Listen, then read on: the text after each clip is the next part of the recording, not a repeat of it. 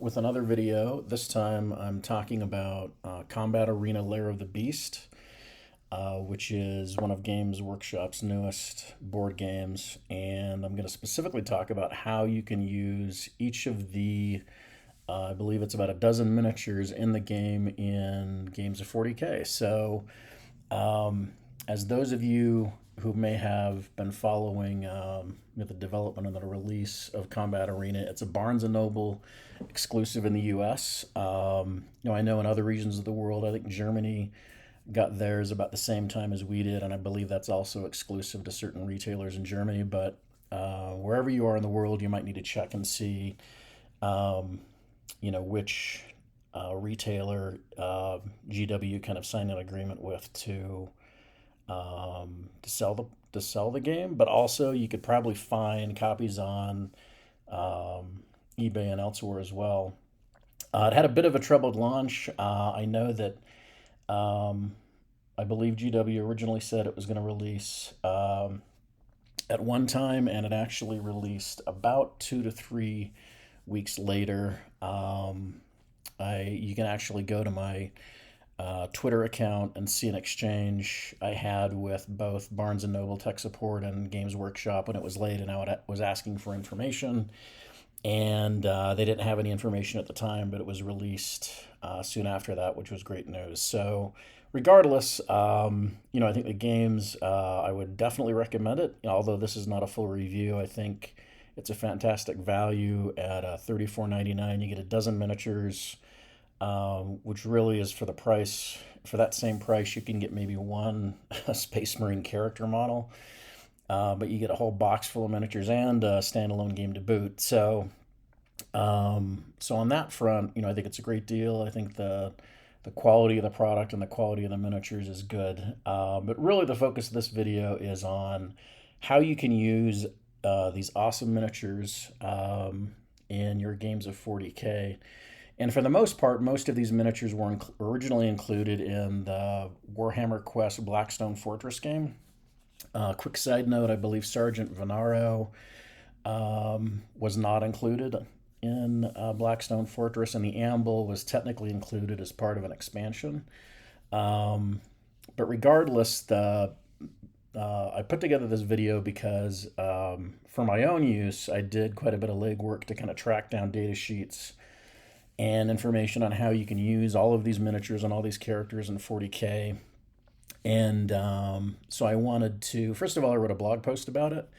And you can see that here if you go to Gaffar.com, my website, I've got information about it. But the latest post here is about using those Combat Arena Lair of the Beast miniatures in 40K. So what I want to do first, before I kind of go through the article, and the reason I'm creating a video for this is I know that some people like to consume content in video form rather than reading it. Other people like reading the content and having the links readily available so they can go right to the content I'm talking about.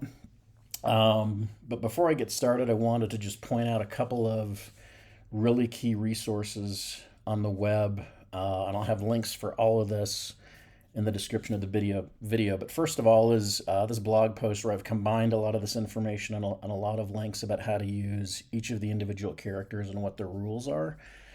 Another really important page is back in July, Games Workshop posted information about how to use lots of older miniatures and other miniatures in 40K, and this is through their Warhammer Legends kind of initiative.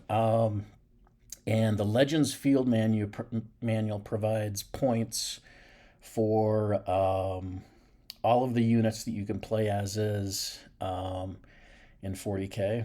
Another important site to look at, here's the actual Legends Field Manual.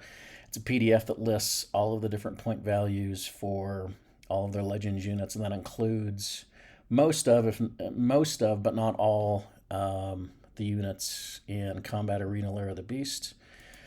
And another important resource is Games Workshop's Legendary Units version 1.0 PDF, which is kind of a proxy list. It basically if there's not a bespoke or a custom data sheet for an individual unit, they've done a really good job, I think, and really good credit to GW for this, but created a proxy list where they can say, where they basically say, if you want to use, here's an example of Dahyak Grekh. He's a Kroot character in Combat Arena Lair of the Beast. You can use him as a Kroot shaper in the game, and I'm going to go through more of that detail in a sec. So with all that said and all that out of the way, let's jump back to the blog post itself. And so in here, I basically go through each of the individual characters in turn, talk a little bit about their capabilities in game in 40K. Again, this is not focused on Combat Arena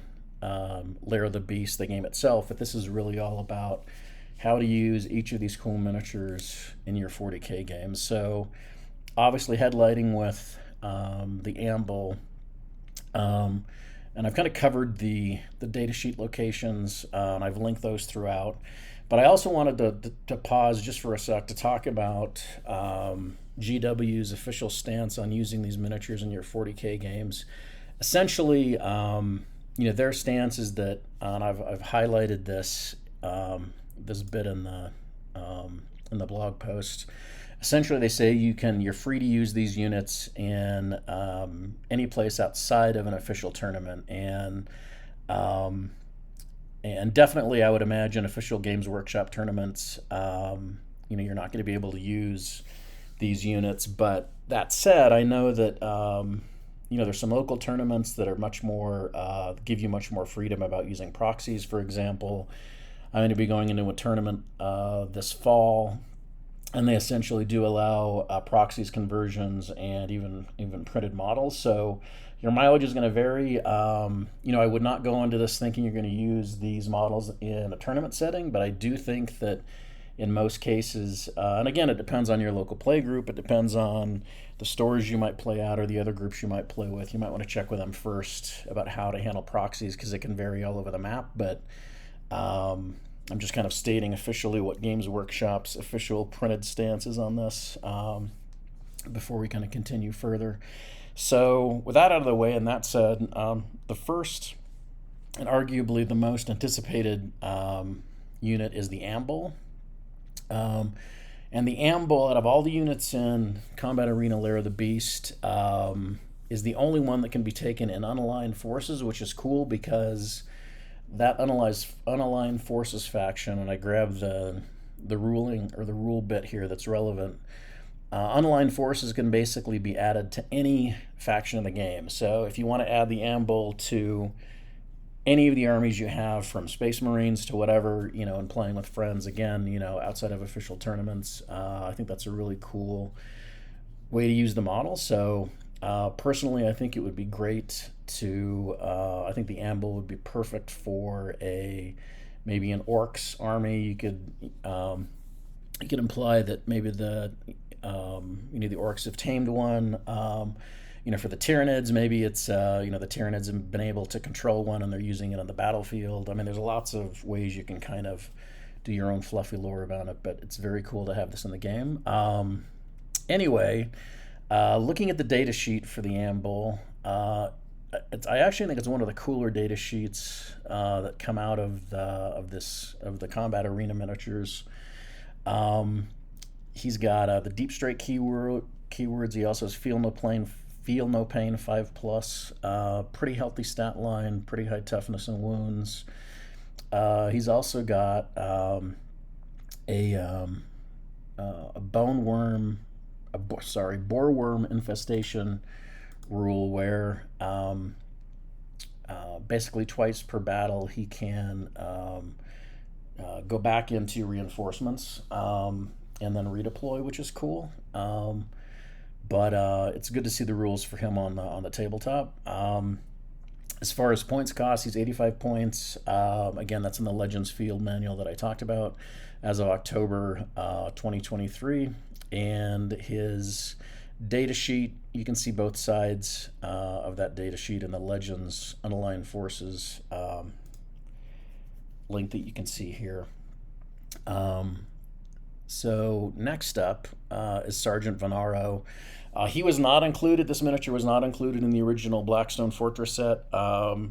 Others watching this who might have more knowledge of his origin or where this model might have originally appeared, feel free to add to the comments. But he was not included in Blackstone Fortress, but it's cool to have a Space Marine model. Here in the game, he's positioned at a Blood Angel Sergeant.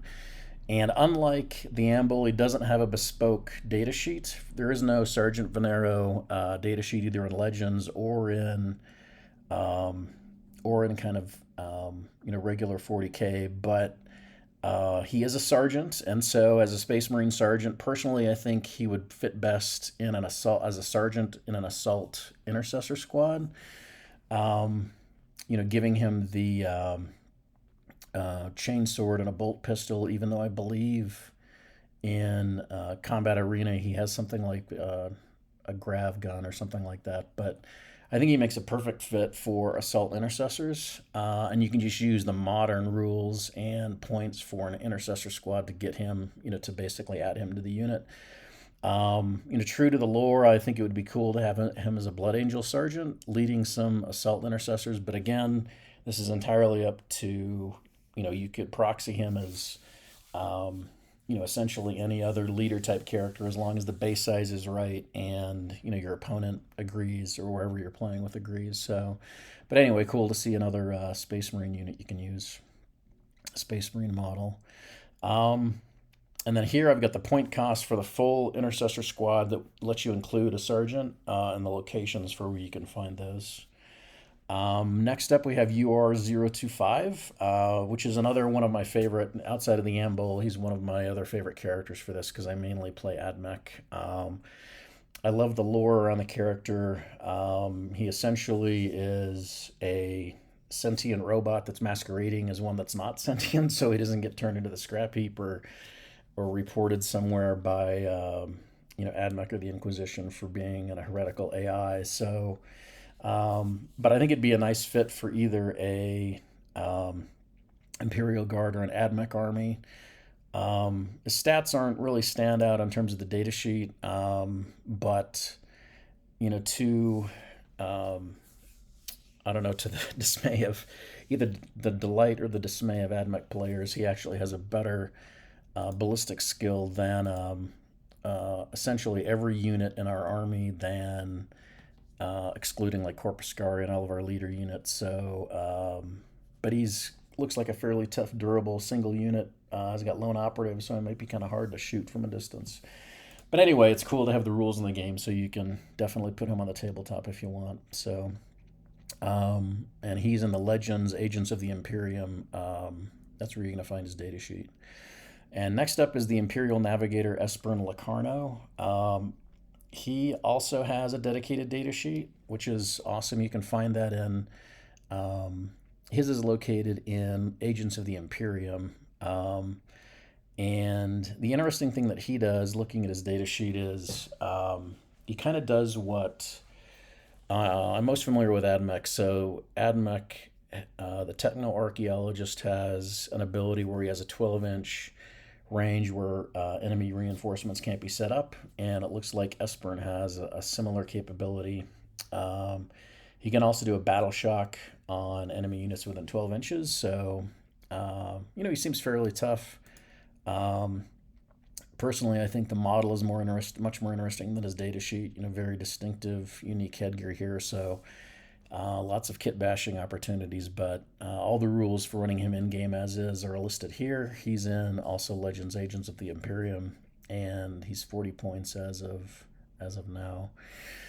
Next up, we have another really cool model, and I know this is one where Adepta Sororitas players and Imperial Guard players might jump at the chance to use this unit, but unfortunately, even though this is one of the cooler models in the box as far as I'm concerned, with a combination flamer chainsword, Pious doesn't have any dedicated rules. So according to GW's official proxy guidelines, again, it's that PDF that provides proxies for a lot of units, you can run Pious as a preacher in a Adeptus Sororitas army.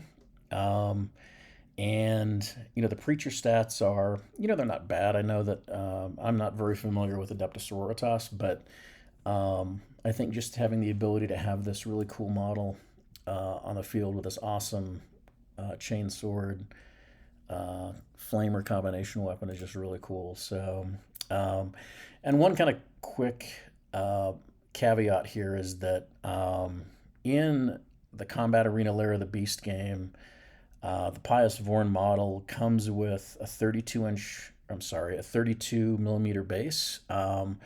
But the actual preacher that it's proxied as has a 25 millimeter base. So, I don't think, I don't think this would be a huge issue for, a friendly, a game with friends, or maybe in a friendly game in your local game store. But, if you're taking this to a tournament, trying to take it to a tournament that does allow proxies, you might need to rebase the model on that smaller 25 millimeter base. But regardless, very cool unit. Very happy to see that GW at least has some proxy guidelines for using this unit. And I've got links down here to the proxy list, to the Ministorum field manual for the points, and also for the datasheet.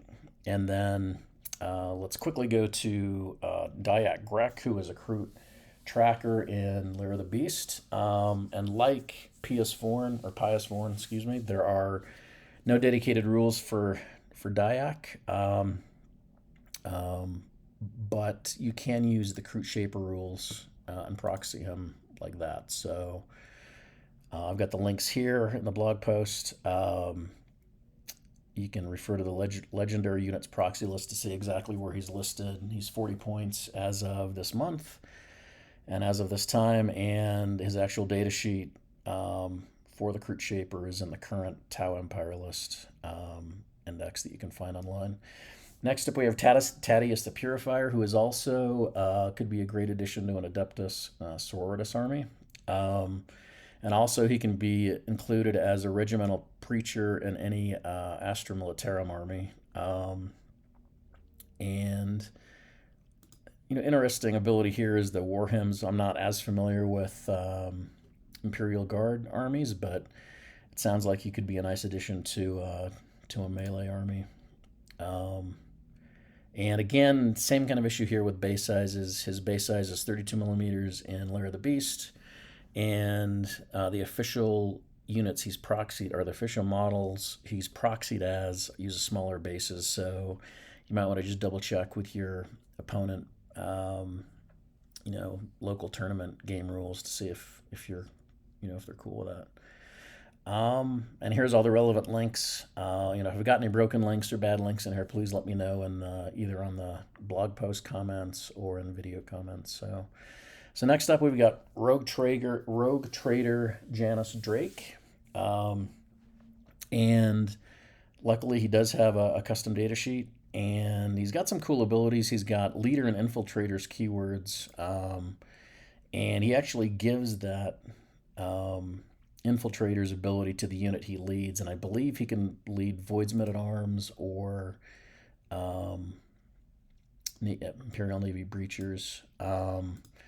And kind of an interesting unit. Unfortunately, he's only got one very short-ranged pistol shot, 12 inches, BS3, strength 4, damage 2, though. But he might be more interesting as kind of for his melee options. He brings, with his rapier, he brings sustained hits 1, 4 attacks, and a nice AP of -2. So interesting choice there. And here I've got links to the field manual and his points as well. Next up, we have the Rattling Twins, Rein and Raus, Gaffar. On the 40K desktop, they're actually put together in one unit, which is kind of interesting, but they've actually got some really cool abilities, and I'll quickly go through those. They have Infiltrators, Lone Operative, and Stealth. They have Shoot Sharp and Scarper ability that basically, after the unit shoots, it can move again, which is really cool. You can kind of duck out of cover, shoot with these guys, and then duck back in cover. Another cool ability is that when you have both units, when both units are on the field, one of them hasn't been killed or removed, while this unit contains both models, they get to reroll hits and they get to reroll wounds. So that's pretty awesome. So I think one of the better data sheets from Lair of the Beast. And so if you're running an Imperial Guard army, that could be a cool addition to that. And here I've got links to the points and also to the where you can find the data sheet. And last but not least, we have Amallyn Shadow Guide, an Asuryani Ranger, and of course, being Eldar, all of their data sheets in 10th edition seem to be just about better than anyone else's. But lots to like here. 7-inch move, 3 wounds, good save. She also has the Infiltrator's Lone Operative and Stealth keywords. Her Ranger long rifle has heavy and precision, which makes that makes her kind of a good character killer. 36-inch range. Strength isn't enormous, but looks like she's a good sniper, scout, infiltrator character, and it looks like one of the better data sheets available from Combat Arena. So here I've got links here to where you can find her data sheet and also the points.